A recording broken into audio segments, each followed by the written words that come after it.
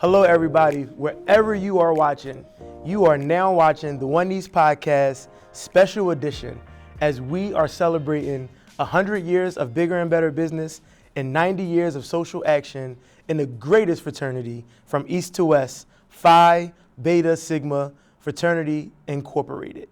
We are here today with an esteemed group of men who served in the position of Eastern Regional Director of Bigger and Better Business and Eastern Regional Director of Social Action. And we're going to have a great discussion around the spirit of the programs, how we feel the thought process was when it started, where it's been, where it's going, and where we think it should be. So brothers, buckle up, get ready for a very great discussion.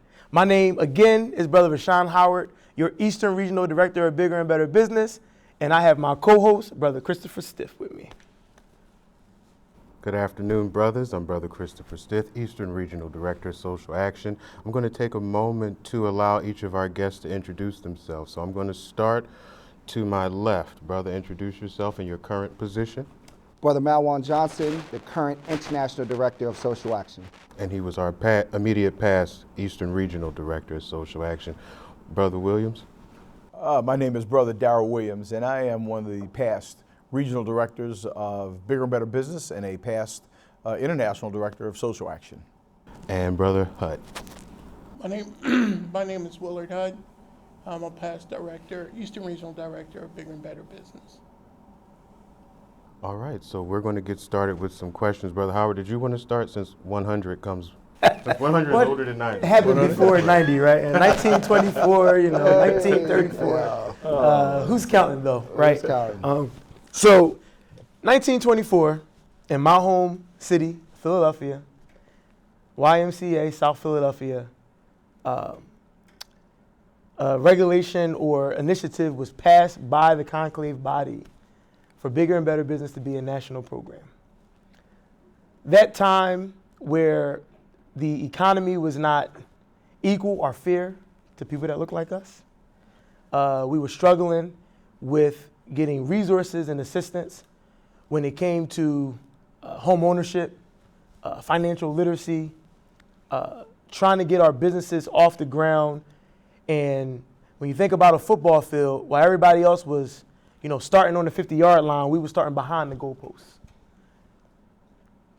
Essentially, that was the spirit of Bigger and Better Business. And as we continue to work here in 2025, it seems like that's still the spirit of what we need it to be. So 112 years later, 111 years later, have we gotten anywhere, brothers? I would say in some aspects we have, but the general climate of the community is that they don't support black businesses. It's very rare for black businesses to have crossover into the white community. I know restaurants and bakeries and ice cream stores do well, cab drivers, of course, but other traditional, like brick and mortar businesses, no. And we gotta change that or get more, for example, Spanish people or Asian people to visit black businesses. Awesome. Brother Johnson, as our current International Director of Social Action, how is economic equality and economic growth important to the Social Action Initiative?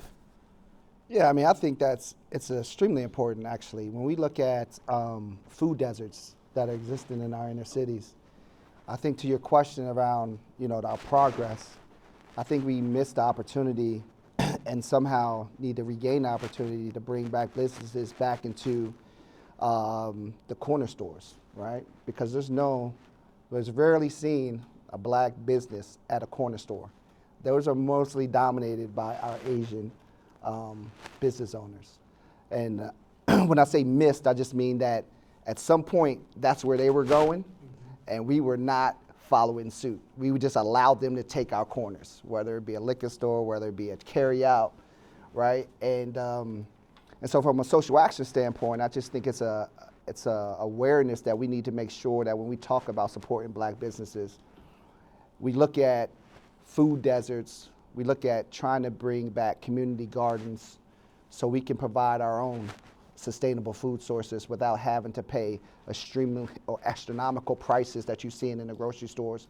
And then in some of those same corner stores that aren't owned by us, right? They don't have that kind of offering in most cities, I would say. And so I think there's an opportunity there that we can address, starting with food deserts, and then make that a way that we can build back or take back some of the ownership of how we get our food sources. Brother Williams, how do you think the founding fathers of Bigger and Better Business and Phi Beta Sigma would feel if they were still here to see what was going on in our communities today? You know what? It's interesting when you talk about something that happened that many years ago, and you ask yourself what was their process of thinking to say, I want to start this program at this particular time. And at that point, we knew what the climate was in this country and how it affected us as a people. And we've already addressed some of those issues that it was very difficult. But it was always difficult for us. And I think today, if our forefathers that helped march in Bigger and Better Business into this fraternity and then continue to carry it on, I think they would be proud of the work that this organization does and has been doing. But from a collective standpoint, are we having an impact? Where is that impact? And that's what I look for, is that how do we impact our community, number one, and how do we educate our youth? You know, I came up in a time where, I'll be honest enough to tell you that I never talked to my father about the stock market, owning stock, that type of thing. That wasn't something, even my father, though he was a doctor, that was never something we talked about, but I know he dabbed into it. But to this day, that's not something that I'm that aware of. So I at least try to educate these young collegians, and even my son, to say, do things I didn't do, because I'm promising you it will have a positive effect on your economic future. So I think if Phi Beta Sigma can continue to reach out, especially to our young collegiate brothers, and as far back down as our Sigma Beta Club brothers, man, how do we teach these young men the importance of understanding the value of a dollar, spending, saving, and investing, and the different opportunities for you to do all levels of those. So I think they'd be happy with Phi Beta Sigma, especially with some of the dynamic brothers we've had that served in regions and even served on a national level in these roles that have put this information out to the brothers. We just have to do, I think, a better job of delivering the message. Yeah. And I hope as we continue to move forward with the ability we have to communicate through social media and the availability, how we can not need to pick up a telephone, but we can text you or do anything else. Because back in our day, Will Hut Day, you had to sit in front of a typewriter. I had to look around the room to see who was my age. But all we had was a typewriter to be able to do that. And we didn't have copying machines. We didn't have copying machines. What? So look, man, I've been blessed to get a lot of information from Dr. Kevin Christian and even Willard.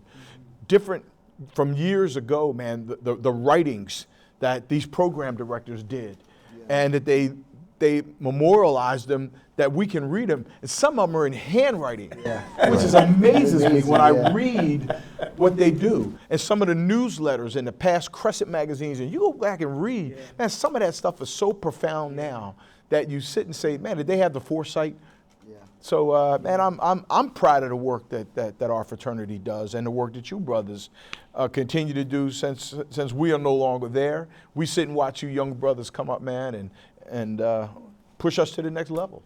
I just echo what he was saying too about just not having those conversations early on about investments, but also I think in today's time, right? And even I'm a millennial, right? So playing sports, right? And you know you can attest to this, Brother Howard, but you know, everyone wanted to make it to the league. Yep. Right? Yep. Wanted to be a I was professional. there. Yep. That was the goal. That was the goal. Yeah, that was the goal, right? And now you got in the new age when you're talking to collegians, as he talked about, where you got NIL deals, they're going to college on athletes. I'm a college athlete. You're right.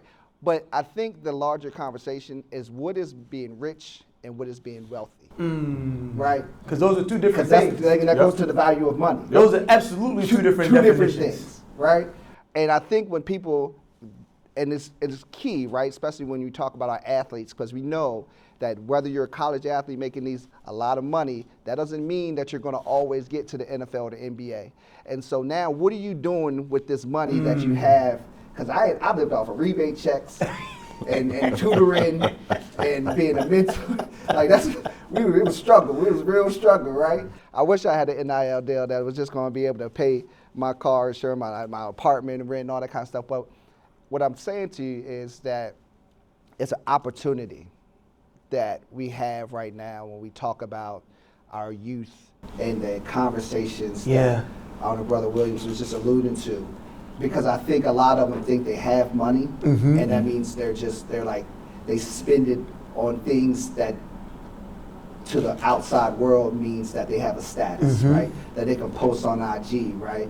They got a Louis belt, but they don't got a bed at home, right? They got a fancy car, but you don't got a house that you own, right? Like, and I feel like when we distinguish that, I think as an older generation, I would consider myself somewhat in the middle range of that, right? We just need to, and I tell We're teetering out of that now. I know, but I tell my daughter all the time. It's a reality check. She's ready to graduate college, and she's like looking at the world, and I think from her lens, it's like her vision of money, especially because, and you can attest to this, you know, they just be in our pockets, right? So they don't really understand their own money until, you know, because we're always going to be there too, right? So I guess I'm just saying that, like, I think we just have an opportunity, whether it's be Sigma Betas or whether it be our collegians, to have them. We talk about black businesses. We talk about supporting black businesses with our Black Spin initiative, and we have our investment clubs, but are we really digging down to how they perceive money? Because it's good to invest, but do they really perceive the value of money or that value of that dollar? And I think that's an opportunity that we can absolutely have.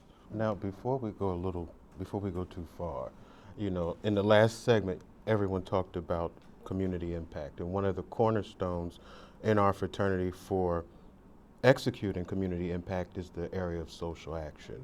It was at the 20th anniversary conclave in 1934 on the campus of Howard University where Brother Elmo Anderson from the Epsilon Sigma chapter presented the program of social action.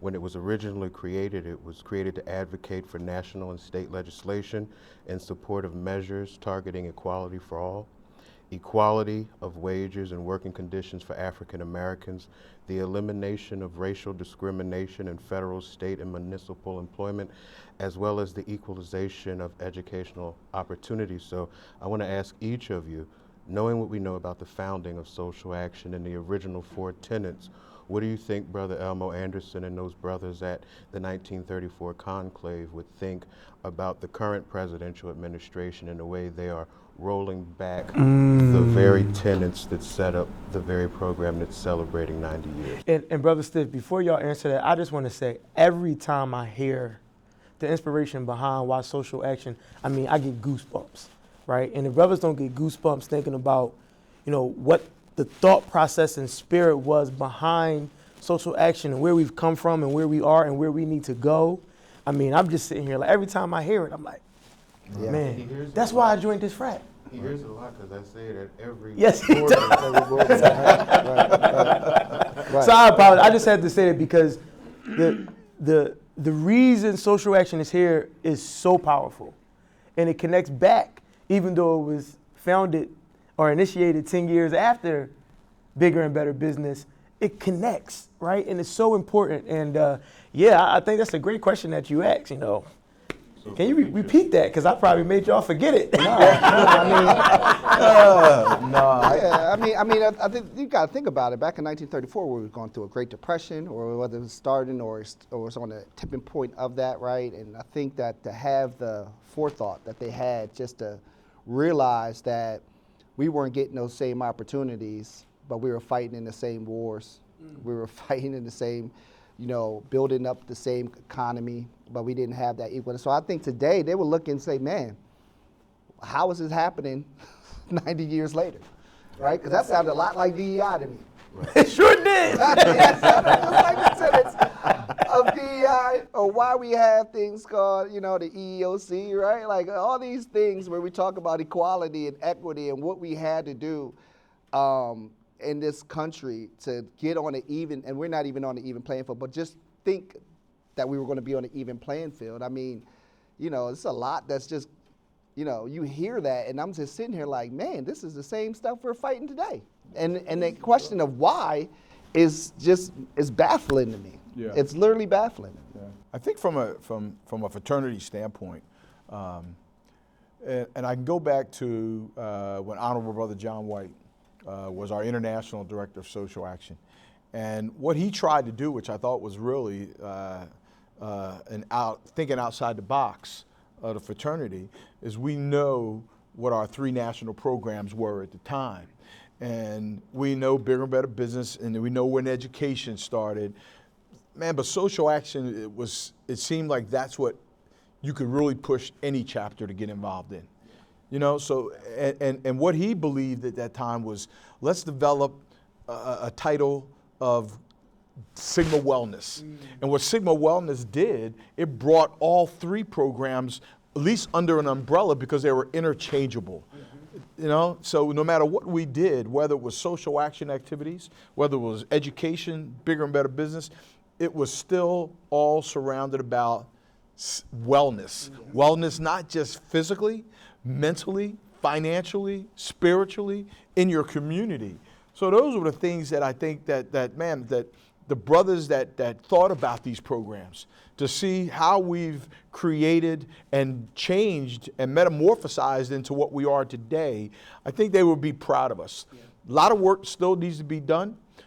We definitely have to try to continue to find a way, because you'll know, how do we connect with our chapters? Yeah. How do we get our chapters more engaged into doing these programs? And how do we get brothers to understand that, man, what you do should not be because of Sigma, but what you should be doing because of who you are in your community. Absolutely. And if we get our young brothers to understand that, I think this organization will continue to, again, expand in areas we've not even challenged yet. So look, I recall my days in college. We did our community projects, but it wasn't nothing we really like, man, we got to do them, we got to do them. But as I got older, and the more involvement I was in my community work and the things that I did, I saw the importance, because everybody doesn't live like you. Yeah. So you never know what somebody else's hardships are, or what they're affecting, or what's affecting them in their community, in their family, in their household. So the things that we do, man, we could be touching people's lives. Yeah. And I think, to me, that's the most important thing to me. Whether it's education with our Sigma Betas, whether it's social action, we're out here helping raise dollars, or raising experience from what we've been able to do to pass on, and Bigger and Better Business, man. Helping these Black-owned businesses that we try to promote. How can we as brothers make sure we do something? Brother, you talk about Bigger and Better Business. What do they say? We spend over $1 trillion in the Black community. Yeah. But most of our money goes where? Yep. Outside. It goes outside the community. That's my point. It goes outside the community. Way outside. And you can go in some, like you brought up the point, you can go in these communities, and if you don't see a liquor store, you see in a Chinese food restaurant. And why is it, then why isn't it that we can't own these type of things? And it's got to be something dealing with the government, or how that funding happens, or how they save their money and pull it together as a family. Yeah. So we don't necessarily do that, because you brought a point up, man. We'd be more impressed with, what kind of car are you driving? That's right. Where do you live at? the one thing I get, and brothers will say to me, back when I was driving a BMW, or when I was driving a Corvette, or when a brother comes to your house, man, they're like, man, I want what you got. And I stopped them to say, brother, first of all, you don't know where I was, you know? And where I was fortunate because I had a family, I had parents that were able to provide, but there were a lot of people out there that couldn't provide. But where I'm at today, it didn't just happen overnight. Man, it was a lot of time, energy, hard work, and sacrifice to get to the point like a lot of these other brothers get. So, man, I'm proud of this new generation. I'm not saying age, but new generation of brothers that are serving on our regional, national, and our state that are helping brothers get engaged in educations, man. We got brothers throughout, man. And we got a brother, and I'll say it, we got a brother that just hit the ground running in my chapter. And Brother Bugs, who's here, that, man, he's taking our bigger and better business to a new level in our chapter. And even in the state. And that's the kind of brothers we need. And it's not just to say I'm director of bigger and better business. You gotta have a passion for it. Absolutely. Gotta have a passion for it, man. And brothers like that, and like yourself, man, and like what you're doing, you know the passion's there just by what they're doing and where they are able to put themselves in the middle of what's important to be talked about and discussed. Yeah. So that's where I am at my state in Sigma. I get to sit back, and when you ask for my help or you ask for my opinion, I'm willing to give it where I can help you out, man. But I'm proud of what you brothers are continuing to do, man. And I'm assuming you're going to do the same thing we did. Yes, You know, absolutely. You're going to pass it on to other brothers, man. Absolutely. Yeah. Real quick, I wanted to give a brief history lesson on a lot of things. You the man.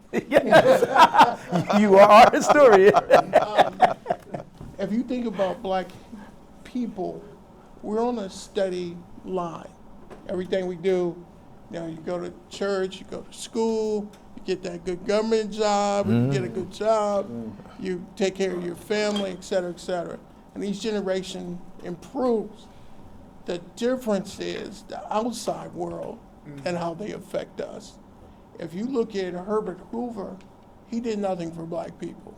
He could care less. But when FDR came, the world changed for black people.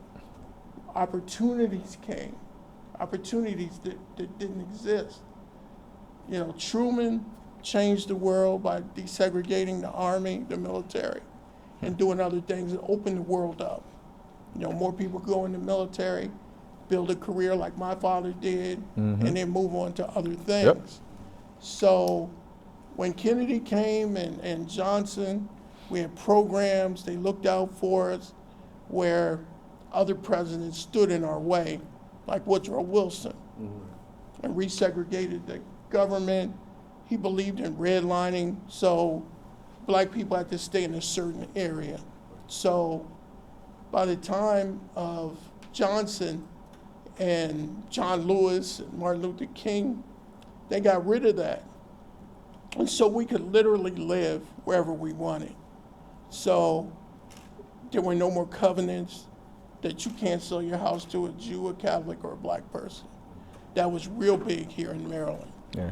So, But it's still happening now. yeah, it's still happening Absolutely. now. Absolutely. Yeah, but it's not written down. That's Right, the it's not written difference. down. Now, believe it or not, Richard Nixon created affirmative action. He was the one who promoted it. And let me tell you why. There was a 3-star black general named Ben Davidson.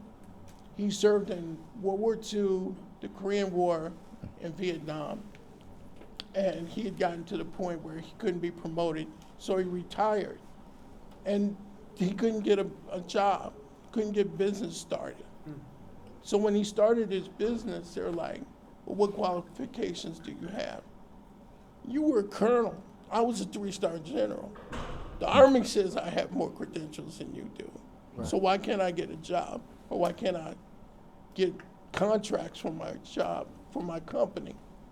So what happened was Richard Nixon started the Minority Set-Aside program for the government so that women, disabled veterans, black people, and Indians would have a leg up into the government. So Ford wasn't around long enough. Carter didn't change anything around. Reagan did not like affirmative action. He was against it. So we took a dip.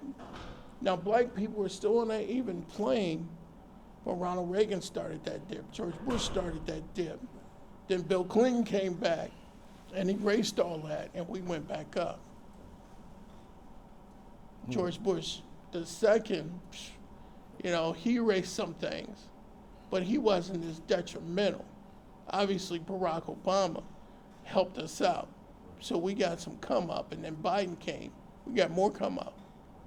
Now, Trump has done more to undermine African American progress in his first 100 days than any other president. So it's not always black people's fault. It's other people affecting the black community. What we have to do, you and Christopher, we have to find a new program to stand up for ourselves, get the community involved. And at this point, the way people are afraid, anything we put together, they will get on top of, definitely. Yeah. To Brother Hutt's point, currently the fraternity is about to roll out a 15-week cohort to train brothers on advocacy. That's going to start April the 1st and run straight through the first week of conclave. So while we do have our international director of social action here, I'm going to pivot to him so he can go a little deeper into it. Yeah, no, I mean, when we talk about strategic partnerships, I mean, they matter. And so 2 years ago, I was in discussions with the Center of Equity and Policing, and their whole goal was literally just to get inside police departments to help them with, because at that time, you had a whole lot of unarmed shootings happening, and so the equity in policing, going into communities, figuring out, hey, how do they perceive the police officer? That's what they were doing, and that's kind of how they kind of formed their business.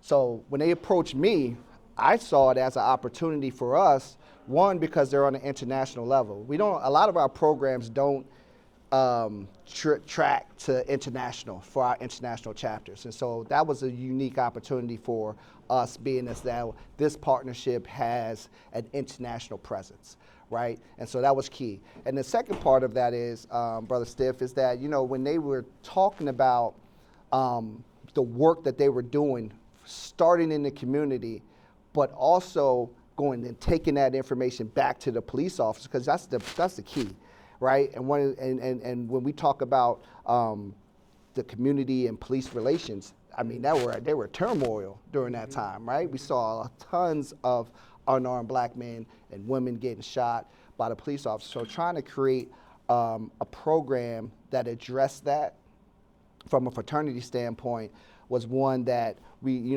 kind of initially struggled with, until we came up with this Justice Alliance. It's called the Sigma Justice Alliance, right? And so now a year later, yeah, almost. Almost. I love it. Almost, right? Because here's the Sign thing. me up. This is what we know. This is what we understand, and we see this, right? Where you was talking about what the Trump administration and what they're doing, and we see, and you talked about the history very well about other people affecting us, right? Yes. Other people having, and we're staying at this, I call it the treadmill. We're just on this treadmill, right? We're moving, but we ain't really going anywhere, right? And we say politics start local. And so for me, my idea and what I brought to them was, how do we train our brothers to be advocates in the community? How do we train them to make sure that they have relationships with the players? How do we train them to understand that you can complain all you want, but you need to have a seat at the table to make sure that pothole on your street gets fixed, because that's not the president, right?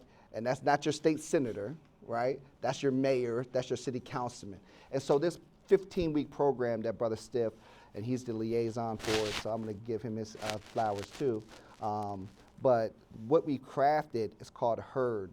And it's an acronym, but this 15-week course that anybody can sign up for is meant to train an army of Sigma men to be able to be advocates in their own communities.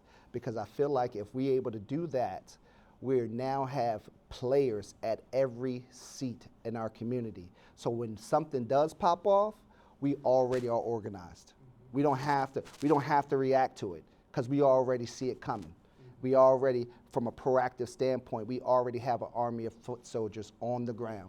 And that's the power, I believe, in our fraternity. When we look at our strategic partnerships, they come to us because we have the infrastructure already, right? We already have the boots on the ground, which is critical. We just need to understand how we organize that boots on the ground to affect the real change and drive the mission of Phi Beta Sigma. I like that. Yeah. I think the other thing when you brought up about the community policing aspect of it, from my standpoint, the difference between what I did as a state trooper and local police, and until they realized, because when you go back in the early days of policing, most police officers lived in their communities. Oh, yeah. People knew who they were, and you don't necessarily see that in our communities. You know, and that's very. You can have all the community police training in the world, but people that live in a community react to those that they see and how those people treat them. And that's where it came to the point when a lot of these departments were paying you extra if you would live where you worked.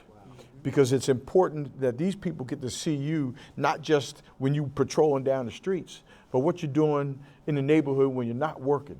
And that goes a long way that I used to do, and I used to encourage young Sigma brothers when they came out of college about being a New Jersey State Trooper or going into law enforcement. Because back when I was in, we just didn't think about that. That wasn't our avenue. Government work may be, law enforcement, that just wasn't where we were angling our future careers at. But the more I got involved in it, the more I tried to educate young brothers, especially at my college and other colleges, that it's a great career and people need to see more of us in these roles because we're the ones that are going to be having to show up at your doorstep or show up in your neighborhood. And just like these other officers, if you have a relationship with them, things just tend to be different and how we react to each other differently. So I think it's important that we continue the partnership with these different organizations. So how do we improve it? But I go back to how do we engage our young brothers? Because none of us are going to stop the day, turn a dial, and say, you know, I'm going to go back and do something again. Let me ask you a question, because you brought up a good point. So, but how do we get the younger generation to see law enforcement as an advocate for them? You know what? I will tell you how I was, and I fought the state police, New Jersey State Police, for years, because back then when I came in, it was what it was. It was nepotism.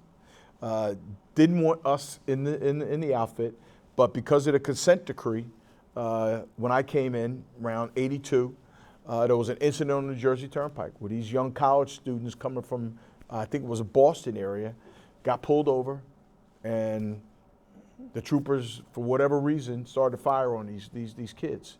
So now the government has put a consent decree on the Jersey State Police that you need diversity training back before you even heard of it. The white troopers didn't want nothing to do with that. You know, didn't want anything to do with it. But the point was, how do I reach out to these brothers on college campuses to tell you, man, this is a great career, number one. And you will do something special because there are very few of us and they need to see more of us out there. And I could never back in my early days get into my state police recruiting unit. They would not let a black person in that recruiting unit, or couldn't understand how they could get more minorities because of the consent decree. So what did they do? They went out and increased the number of women. Because that fit the quota. That fit the quota. So on my own, I went and go to colleges to talk to these young brothers. Yeah. I know for a fact I probably influenced at least 8 or 9 Sigma brothers to become New Jersey State Troopers. And if I can do that, then the number of brothers that I know now we have in law enforcement that are at the upper echelon of law enforcement, running departments, running cities. Man, those are the kind of brothers we need at these conferences to talk to our young brothers. Let these young brothers see you and see that it's a good career, it's good benefits, good pay, and this is what we need in our communities. But our young brothers come to these conferences and they don't get to see that. And I take nothing away from the education we need to teach our brothers to be good Sigmas. But man, we need to be doing things that are teaching our brothers to be good citizens. Yeah. And I don't know if we do enough of that when we come to these conferences, whether it be leadership conference or regional conferences, to bring the right people in to talk about other things other than Sigma. We're going to take a break right there, everybody, and we're going to update you on some of the upcoming events that's happening in the Eastern region here on the One East podcast. And when we come back, we're going to introduce you to another one of our esteemed panelists. Come back with us.